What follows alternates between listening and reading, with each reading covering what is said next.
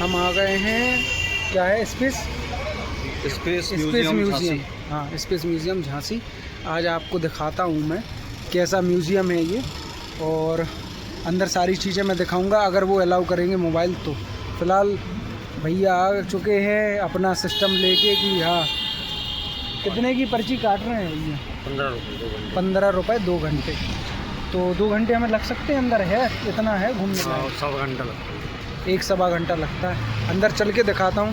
हालांकि ये वाला ब्लॉग जो है वो मैं बहुत टाइम बाद बना रहा हूँ, लेकिन ठीक है, कुछ अच्छा मिलता है मेरे को तो मैं स्टार्ट कर देता हूँ ब्लॉग बनाना।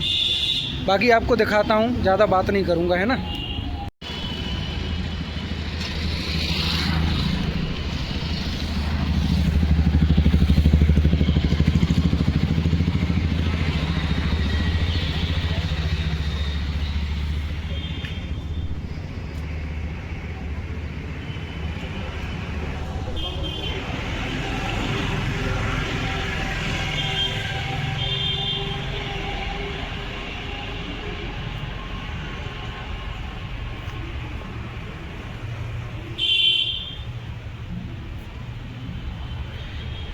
गार्ड साहब, कितने बजे से खुलता है, कितने बजे तक ये? कितने बजे से खुलता है, कितने बजे तक ये? 12 के बाद, 7 बजे से पहले। अच्छा, 7 बजे के पहले आ सकते हैं और 12 के बाद आ सकते हैं ना। अच्छा, कितने का टिकट मिलता है इसका? 50 रुपये पर हेड। और कितने साल का बच्चा फ्री रह सकता है? 4-5 साल का। 5 साल तक का। उसके बाद टिकट सेम लगेगा? हाँ, 6 साल से लेकर के जब 11 साल के बच्चे 25 हो जाएगा। 25 रुपये एडल्ट्स के लिए, 50 रुपये। ठीक, थैंक यू।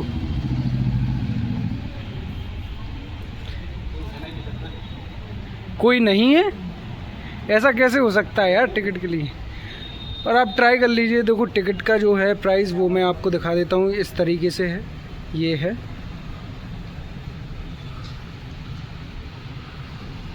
टिकट काउंटर पर कोई है नहीं। नहीं गार्ड साहब, नहीं है, कोई भी नहीं है।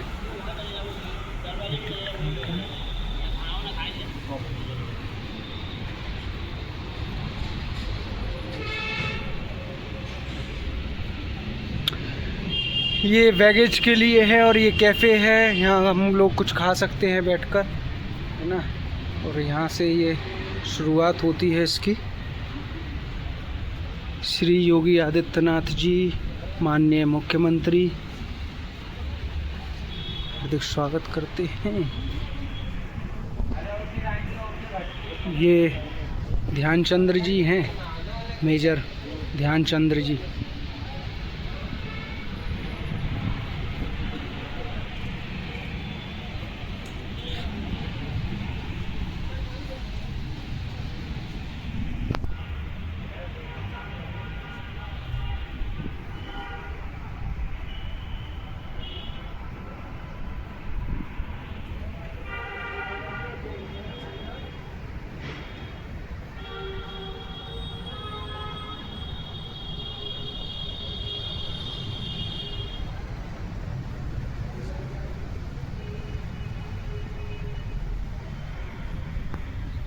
ले लिया किशन?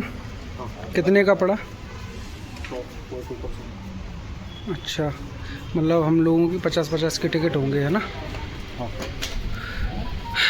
तो एंट्री करते हैं। अभी क्या शुरू होने वाला? Show, space show.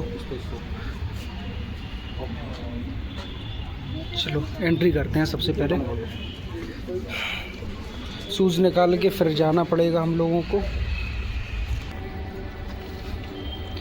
ये है,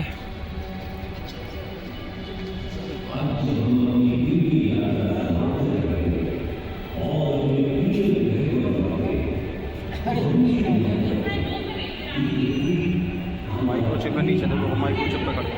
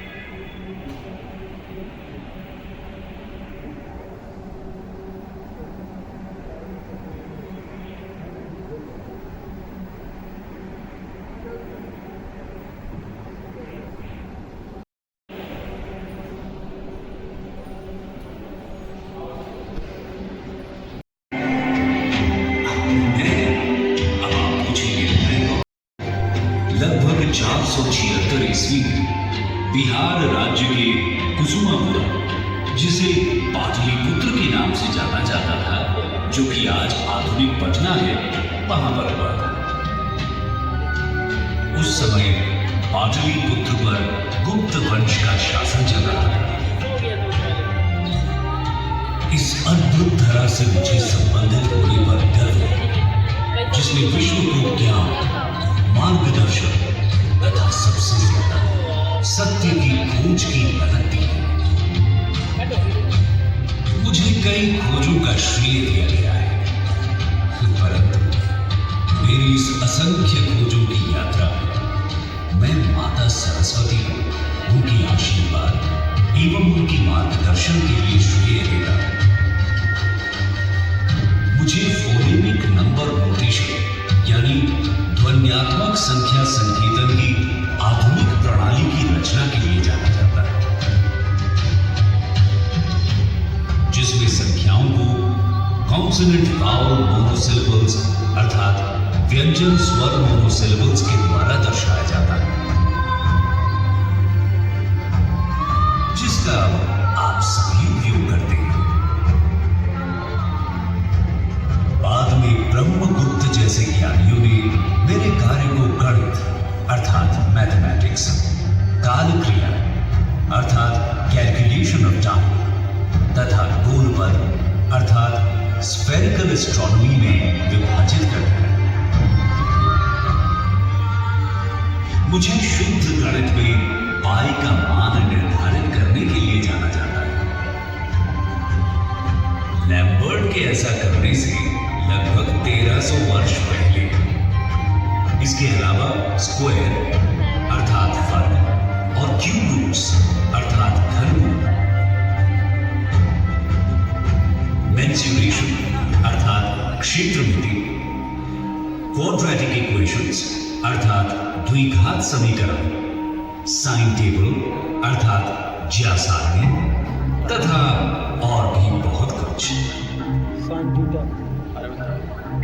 खगोल विज्ञान के क्षेत्र में मैंने सौर और चंद्र ग्रहणों पर गणना देने के लिए प्लेन ट्रिग्नोमेट्री अर्थात समतल त्रिकोणमिति को स्फेरिकल ज्योमेट्री अर्थात गोलाकार ज्यामिति में लागू किया। साथ ही साथ ये सिद्धांत भी दिया था कि पृथ्वी अपनी धुरी पर ही घूमती है। मैं पृथ्वी के व्यास की सही गणना करने में भी पूर्ण रूप से सक्षम हुआ। हीलियोसेंट्रिसिज्म अर्थात सूर्य केंद्रीयता के सिद्धांतों सहित मेरी कई गणितीय प्रक्रियाएं आज जटिल खगोलीय गणनाओं का आधार बनती हैं। इसीलिए भारतीय अंतरिक्ष अनुसंधान संगठन अर्थात इसरो ने अपनी पहले उपग्रह का नाम मेरे नाम पर रखा था। मैं इस अंतरिक्ष संग्रहालय में आप सभी का पूर्ण रूप से स्वागत करता हूं, ताकि आप मेरी परिदर्शक खुद की तथा साथ ही साथ आपके बाद आने वाली कई पीढ़ियों की सहायता के लिए ज्ञान के प्रति प्रेम, उसका पोषण व उसकी और भी तलाश है। ये जानकर हमेशा गर्व महसूस करें कि आप उस भूमि के निवासी हैं जहां कई महान दार्शनिक व ज्ञानदाता रह चुके हैं, जिनके योगदान ने प्राचीन काल से मानव जाति की अनंतता सहायता की है।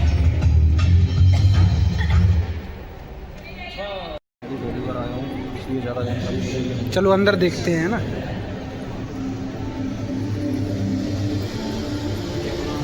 जो कि अंतरिक्ष और समय से बना है और इसमें मूलतः ग्रह, तारे, आकाश गंगाएं एवं पदार्थ और ऊर्जा के अन्य सभी रूप शामिल हैं।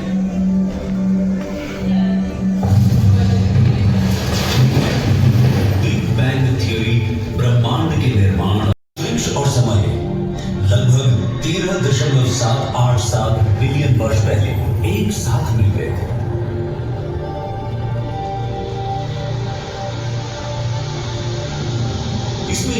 कहा गया है कि तब से ब्रह्मांड का विस्तार होता आ रहा है। हालांकि ब्रह्मांड का स्थानिक आकार अज्ञात है, परंतु यूनिवर्स की इन्फ्लेशनरी इक्वेशन ये इशारा करती है कि ब्रह्मांड का न्यूनतम व्यास 23 लाख करोड़ प्रकाश वर्ष होना चाहिए। अवलोकन योग्य ब्रह्मांड के आकार को मापना भी संभव है, जिसका व्यास आज के दिन लगभग 93 अरब प्रकाश वर्ष है। और हमारी बातों के बीच यानी इस क्षण वो लगातार बढ़ता जा रहा है।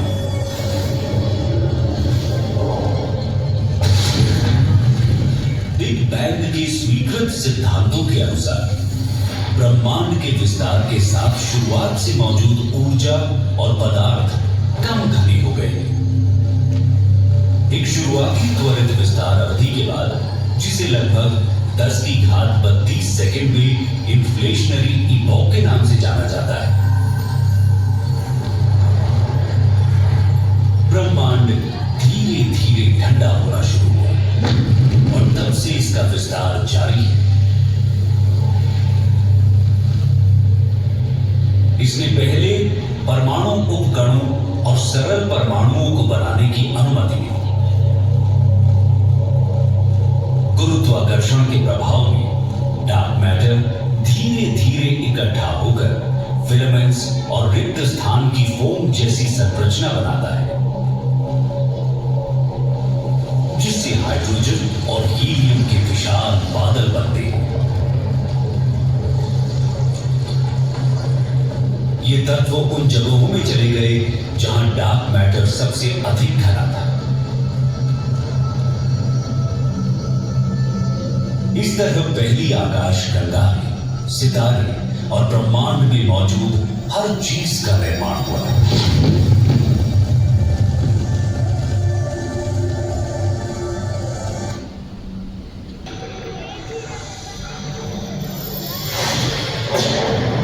समय की एक ऐसी संक्षिप्त अवधि जो शून्य समय से एक ब्लैंक समय की इकाई तक फैली हुई है,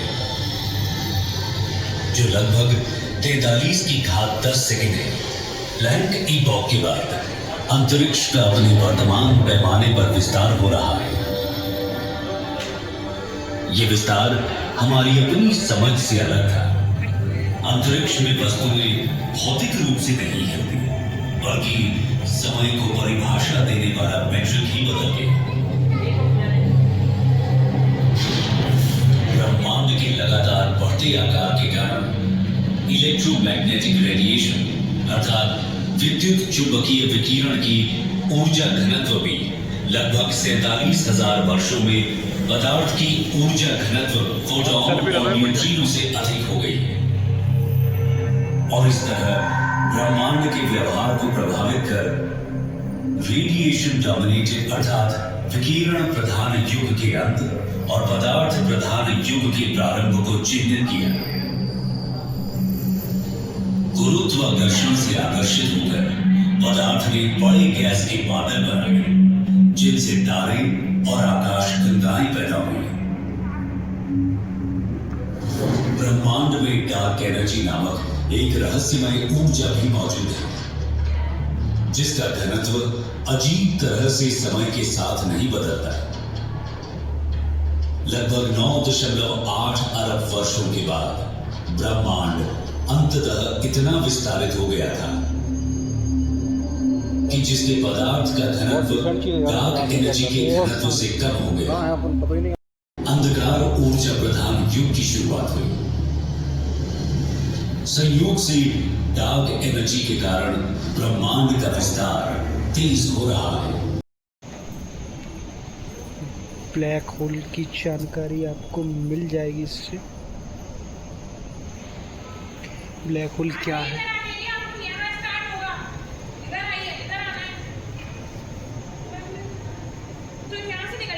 ये मुझे ऐसा फील हो रहा है जैसे मैं स्पेस में आ चुका हूँ।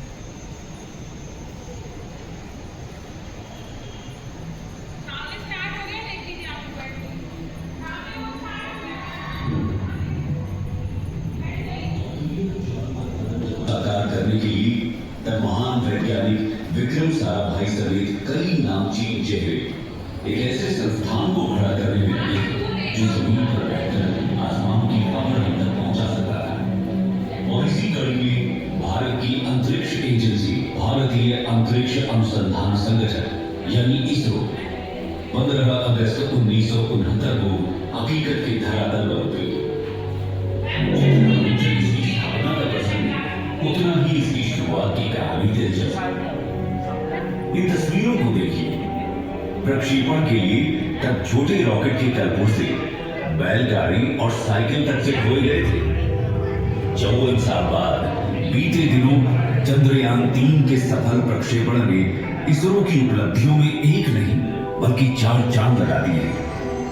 सारी दुनिया भारत की इस अंतरिक्ष एजेंसी का न सिर्फ लोहा मान रही है बल्कि दुनिया की प्रमुख 5 स्पेस एजेंसियों में इसका नाम शुमार हो चुका है। आखिर इसरो का अब तक का कैसा रहा है सफर? कितनी चुनौतियों का सामना कर वो आज इस मंजिल तक पहुंची है? चलिए डालते हैं एक नजर उसकी अब तक की यात्रा पर। भारतीय अंतरिक्ष अनुसंधान आज जिस मुकाम पर है इसके पीछे एक गहरा इतिहास छुपा हुआ है। इसरो एक ऐसा नाम है जिसकी शुरुआत 1920 के दशक में ही हो गई थी। 2 महान वैज्ञानिकों होमी जहांगीर भाभा और विक्रम साराभाई ने कई सारे प्रयोग करके अंतरिक्ष अनुसंधानों का निर्माण किया। अपनी सोच और समझ ने इस सन 1969 में इस अंतरिक्ष अनुसंधान संगठन को ही तत्कालीन रूप से इसरो का नाम दे दिया गया। इसरो का मुख्य कार्य वैसे तो अंतरिक्ष में लॉन्च होने वाले व्हीकल सिस्टम और साउंडिंग रॉकेट के संपूर्ण डिजाइन बनाना, उसका विकास और उन्हें ठीक तरह से अंतरिक्ष में लॉन्च करने का है। लेकिन इसरो समय समय पर संचार उपग्रहों को भी डिजाइन कर उन्हें अंतरिक्ष में भेजता रहा है। यदि आज के समय तक इसरो की कामयाबी के बारे में बात की जाए तो इसरो द्वारा सैकड़ों की संख्या में सैटेलाइट अंतरिक्ष की ओर लॉन्च किए गए। इसरो ने केवल भारत के लिए ही यान लॉन्च नहीं किए बल्कि इनमें से अधिकतर यान विदेशों के लिए लॉन्च किए गए। भारत के विकास में महत्वपूर्ण योगदान देने वाले इसरो ने अब तक पूरे भारत में अपने 20 महत्वपूर्ण सेंटर स्थापित किए हैं। भारत के विभिन्न राज्यों में विभिन्न उद्देश्यों से अलग अलग भारतीय अनुसंधान के केंद्र बनाए गए हैं। इसरो की सबसे बड़ी और अहम उपलब्धि चंद्रयान की रही, क्योंकि इस यान ने चंद्रमा पर पानी की खोज करके वहां भारत देश का परचम लहराया और चांद पर खोज करने वाला पहला देश बनकर इतिहास के पन्नों में अपना नाम दर्ज कराया। 10 साल की कड़ी मेहनत के बाद इसरो ने फिर से चंद्रयान 2 का निर्माण किया। चांद की यात्रा करने के बाद इसरो ने मंगल की यात्रा साल 2013 में की, जिसे मिशन मंगल का नाम दिया गया।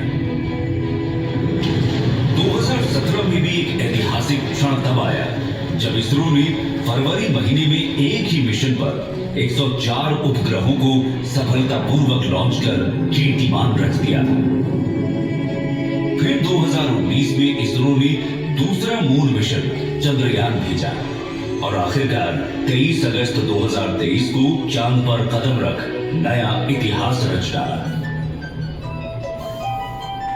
भारत आज चंद्रमा के दक्षिणी ध्रुव तक पहुंचने में अग्रणी देश बन चुका है और इसका श्रेय जाता है इसरो को। इसके बावजूद इसरो के विभिन्न अंतरिक्ष मिशनों, उपग्रह प्रक्षेपणों और अनुसंधान परियोजनाओं पर काम थमे नहीं। इसरो का सफर जारी है। इसरो की सफलता को सलाम। जैसा कि जीवन के मूलभूत निर्माण खंड बनाए गए थे, पृथ्वी लगातार बदलती रही है। ये इस विशाल ब्रह्मांड में अपने लिए एक बहुत ही अनोखी स्थिति हासिल करने के लिए विकसित हुआ है। इसकी विशिष्टता इसी तथ्य में है कि जहां तक हम जानते हैं, ये एकमात्र ऐसा ग्रह है जिसमें जीवन शामिल है। ये अपने सबसे दुर्गम इलाकों में भी जीवन का पोषण करता है। एक प्रजाति के लिए जो रहने लायक नहीं हो सकती, वो दूसरे के रहने और पनपने के लिए आदर्श घर और निवास स्थान है। इस पृथ्वी पर जीवन की कई सारी प्रजातियां हैं, जिसमें कि हम सभी का नाम भी नहीं ले पाएंगे। सभी प्रजातियां एक दूसरे के साथ अंतरंग संबंध में रहती हैं और पनपती रहती हैं। हर एक अपने अस्तित्व और प्रसार के लिए दूसरे पर निर्भर रहती है। अरबों वर्षों में हमारी पृथ्वी विस्तार करते रहने वाले ब्रह्मांड में लड़खड़ाते हुए उस पर संपूर्ण जीवन के लिए एक जीवंत अंतरिक्ष यान बन गई है। इस अंतरिक्ष यान के 2/3 हिस्से पानी में ढके हुए थे और इसी ने इस ग्रह को उसका नीला रंग दिया। यहाँ पर जीवन के प्रथम रूप दिखाई दिए। समुद्र के सबसे गहरे बिंदुओं से जीवन भूमि और सबसे ऊंचे पहाड़ों की ओर चला गया। पृथ्वी की गहराई में इसकी गर्म मैंटल और फिर बाहरी और आंतरिक कोर स्थित है।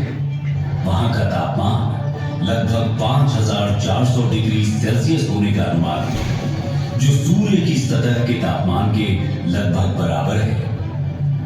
ऐसा माना जाता है कि पृथ्वी का आंतरिक कोर धीरे धीरे बढ़ रहा है, क्योंकि आंतरिक कोर की सीमा पर तरल बाहरी कोर पृथ्वी के आंतरिक भाग के क्रमिक शीतलन के कारण प्रति अरब वर्ष लगभग 100 डिग्री सेल्सियस पर ठंडा और ठोस हो जाता है। पृथ्वी के आंतरिक और बाहरी कोर में निर्मित कन्वेक्शन करंट्स अर्थात हमारे ग्रह की चुंबकीय फील्ड्स का निर्माण करते हैं। ये हमारे ग्रह के चारों ओर के चुंबकीय क्षेत्र ही हैं, जो हानिकारक विद्युत चुंबकीय विकिरण को हम पर हमला करने से रोकती है।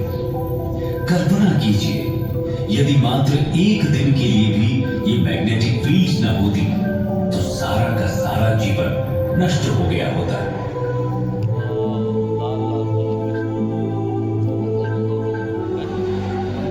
महासागरीय धाराएं समुद्री जल की निरंतर निर्देशित गति है, जो उस पर कार्य करने वाली कई शक्तियों द्वारा उत्पन्न होती है, जिसमें हवा, तापमान, टूटती लहरें, गहराई की रूपरेखा और तटरेखाएं, साथ ही अन्य धाराओं की दिशा और ताकत के साथ इसका इंटरैक्शन शामिल है। ये समुद्री धाराएं ही हैं जो वैश्विक कन्वेयर बेल्ट बनाती हैं और उन क्षेत्रों के तापमान को प्रभावित करती हैं जहां से वे यात्रा करती हैं।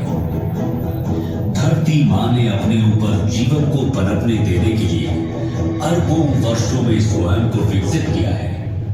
उसने ये सुनिश्चित करने के लिए तत्वों के साथ बेहतरीन संतुलन बनाया है कि इसकी कई प्रजातियों के बच्चों का अस्तित्व हमेशा बना रहे। परंतु जैसे जैसे हम मनुष्य बड़े होते गए, हम और भी अधिक शक्तिशाली होते गए। जब तक कि हम अपने ग्रह के प्रति अधिक सचेत नहीं होंगे, तो जो ज्ञान हमने प्राप्त किया है वो अंततः हमें नष्ट भी कर सकता है। हम मनुष्यों को शक्तिशाली होने के बावजूद अपनी बढ़ कई प्रजातियों को बर्बाद कर चुके हैं। पृथ्वी ने हमें पहले से ही चेतावनियां देना शुरू कर दिया है। प्रमुख जलवायु परिवर्तन, ध्रुवीय टोपी का पिघलना, जो कि हमारे मीठे या ताजे पानी का सबसे बड़ा भंडार है, न केवल उसके भंडार को बर्बाद करता है, बल्कि पृथ्वी की ऊपरी तह को भी विकृत करता है, जिसके फिर दूरगामी परिणाम होते हैं। हम अपनी भूमि के उपजाऊपन को कम कर रहे हैं और इसकी हमें उपज देने की क्षमता चिंताजनक दर से कम हो भी रही है। बढ़ती जनसंख्या के साथ आने वाले भविष्य में भोजन की कमी होना स्वाभाविक है, जिससे दंगे, युद्ध और अंततः संपूर्ण विनाश होगा। अभी भी समय है, जाग जाए। ये हमारा एकमात्र घर है। धरती मां ने हमें जीवित रहने के लिए बहुत कुछ दिया है। इस दुनिया में सभी के लिए पर्याप्त है, लेकिन एक आदमी के लालच के लिए कभी भी पर्याप्त नहीं होगा। आइए आज हम सब ये प्रतिज्ञा कर सुनिश्चित करें कि हम इस ग्रह को और भी अधिक सचेत बनाएंगे।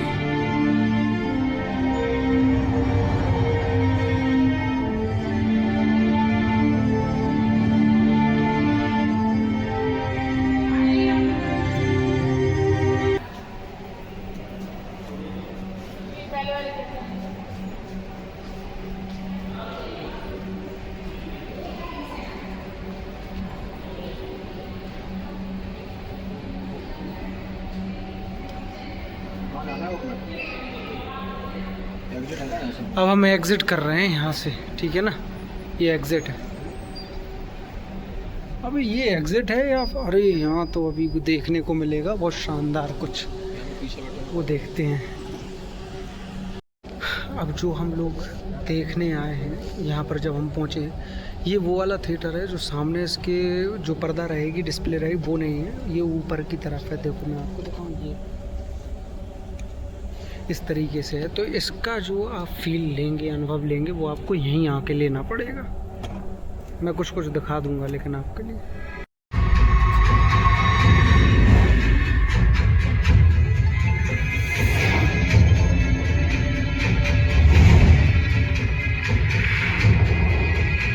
ब्रह्मांड की विशालता और विभिन्न खंडों से होकर अपनी यात्रा के बाद जैसे ही हम खुद को अंतरिक्ष केंद्र की इस अद्भुत डोम गैलरी में पाते हैं, आइए हम अपने ब्रह्मांड के सबसे दूर तक की यात्रा पर चलें। आइए ब्रह्मांड के परिप्रेक्ष्य में हम स्वयं अपने आप को जरा देखें कि हम कहां खड़े हैं, हम क्या हैं। अब जैसे जैसे हम धीरे धीरे अपने नीले ग्रह की गर्मी और अपनी पृथ्वी के वायुमंडल की सुरक्षा को पीछे छोड़ते ऊपर उठते जा रहे हैं, हम खुद को खोजने के लिए अंतरिक्ष की दुर्गम ठंडक के माध्यम से यात्रा करें। हम नए अन्वेषक बनने जा रहे हैं, जिन्होंने आगे बढ़ने और अपने भीतर खुद को खोजने का साहस किया है। अब हम ये यात्रा शुरू करने वाले हैं। अपनी सीट पर बैठे रहें। ये यात्रा कभी कभार ऊबड़ खाबड़ भी हो सकती है, लेकिन इस स्टारशिप पर आपके कप्तान के रूप में मैं आप सभी को सुरक्षित और स्वस्थ वापस लाने का वादा करता हूं। अपनी ब्रह्मांडीय यात्रा शुरू करने से पहले आइए हम अपने सौर मंडल पर प्रकाश डालें। सूर्य से शुरू होने वाले 8 ग्रह बुध, शुक्र, पृथ्वी, मंगल, बृहस्पति, शनि, यूरेनस और नेपच्यून है। एक समय 9वें ग्रह समझे जाने वाले प्लूटो को अब हमारी ग्रह श्रृंखला का हिस्सा नहीं माना जाता है। वास्तव में सूर्य के चारों ओर ग्रहों की परिक्रमा पूर्ण वृत्त में नहीं, बल्कि एक अंडाकार कक्षा में होती है। उदाहरण के लिए इस अंडाकार कक्षा का अर्थ है कि पृथ्वी और सूर्य के बीच की दूरी पूरे वर्ष बदलती रहती है। सबसे निकटतम बिंदु को पेरिहेलियन कहा जाता है और सबसे दूर का बिंदु एफहेलियन है।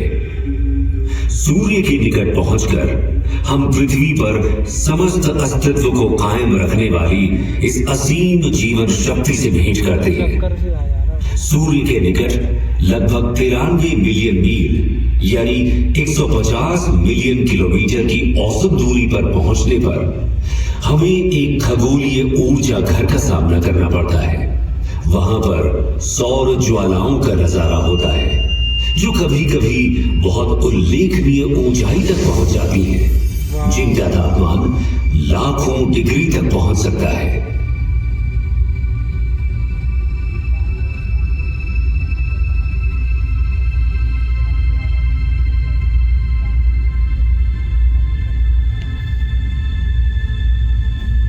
सौर मंडल में हमारा प्रारंभिक गंतव्य बुध है।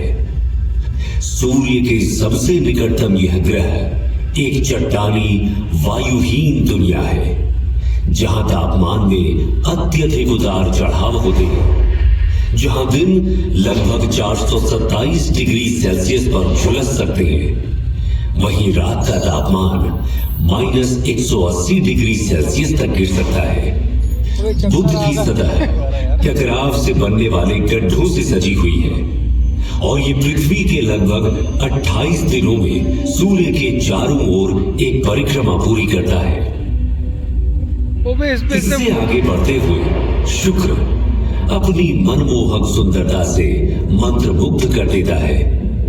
लेकिन सावधान रहें, यहाँ का तापमान 462 डिग्री सेल्सियस तक बढ़ सकता है, जो कि इसकी सूर्य से दूर होने के बावजूद बुध से भी अधिक गर्म है। हमारे ज्ञात ब्रह्मांड के सबसे सुदूर क्षेत्रों में जाने से पहले आइए कुछ क्षण के लिए अपने निवास ग्रह पृथ्वी पर टकटकी लगाकर नजर डालें, जहां हम जो कुछ भी प्यार करते हैं, अपना मानते हैं और संजोते हैं, वो हमारी सुरक्षित वापसी का इंतजार कर रहा है।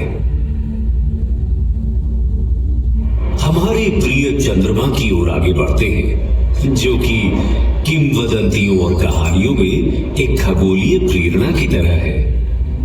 इसकी मनमोहक सुंदरता, जो अक्सर काव्यात्मक होती है, पृथ्वी के प्राकृतिक उपग्रह के रूप में इसके वैज्ञानिक महत्व को छुपाती है। चंद्रमा, जो पृथ्वी से लगभग 3,84,400 किलोमीटर दूर स्थित है, समुद्री ज्वार को प्रभावित करता है, पृथ्वी के घूर्णन को स्थिर करता है। जैसे ही हम अपने निकटतम पड़ोसी मंगल ग्रह को पार करेंगे, क्षुध ग्रह बेल्ट से गुजरने के लिए तैयार हो जाएं।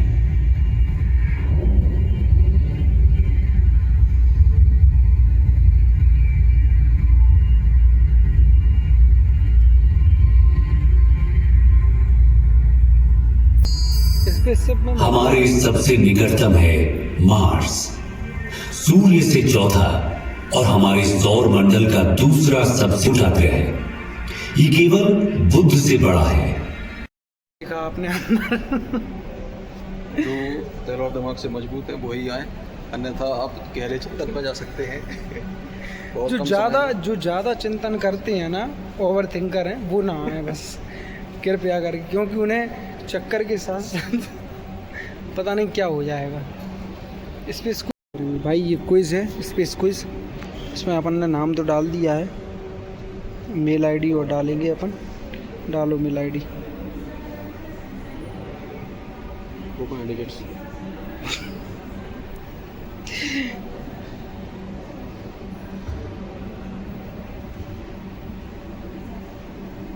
यार कीबोर्ड की तरह चलाओ ना यार, कितना टाइम लगा रहे हो तुम।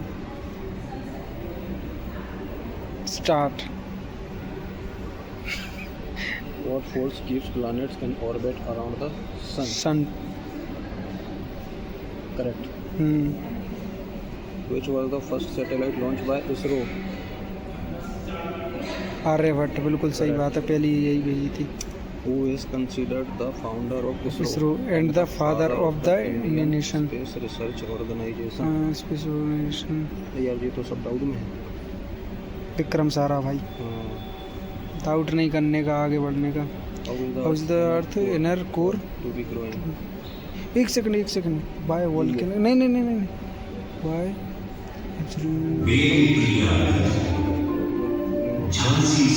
कूलिंग। अरे यार कूलिंग था। ये स्थान हमारे ब्रह्मांड के कई चमत्कारों को आपके सामने लाने के लिए हम सदा आपको ये दिखाने के लिए कि अरे यार, हमारा सौरमंडल और What is the name of the region of space where gravitational force are so strong that nothing? जल्दी कर, 5 सेकंड बचे हैं। अबे even which number of planet is Mars from the sun? Which number planet? अपना मंगल। What is the estimated temperature deep within the earth?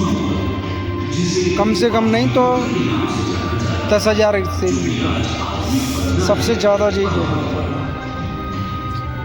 What initiate the 4-stage process in the life cycle of nature starts? क्या है? कुछ भी लगा, जल्दी लगा। Orbiting nature starts. आधे कर पाया तुम से। Well done, your score 50। कितने का था? 100 का। 50 मार्क्स आए। 50 छोड़ दिए, छोड़ नहीं दिए, गलत हो गए 50 मार्क्स। ठीक है, जल्दबाजी में टाइम तो जल्दबाजी में ब्रो आओ और क्विज जरूर खेलो, क्विज जरूर स्टार्ट करो, मज़ा आएगा। चलो चलें। तो अब हम लोगों ने देख लिया है स्पेस शो जो भी था, ठीक है, म्यूज़ियम। अभी आप कोशिश करो कि आप आओ और यहाँ आके आप भी इस चीज़ का अनुभव लो। मैं सोच नहीं सकता कि झांसी में भी ऐसी कोई चीज़ है। एक बार आओ, विज़िट करो, अच्छा लगेगा। मैं आपको उसमें बता चुका हूँ कि कितने रुपए बच्चों के लगते हैं और कितने एडल्ट्स के लगते हैं, ठीक है ना। तो यहाँ अपन ब्लॉग को करते हैं ख़त्म, चलते हैं अपने घर, ठीक है ना।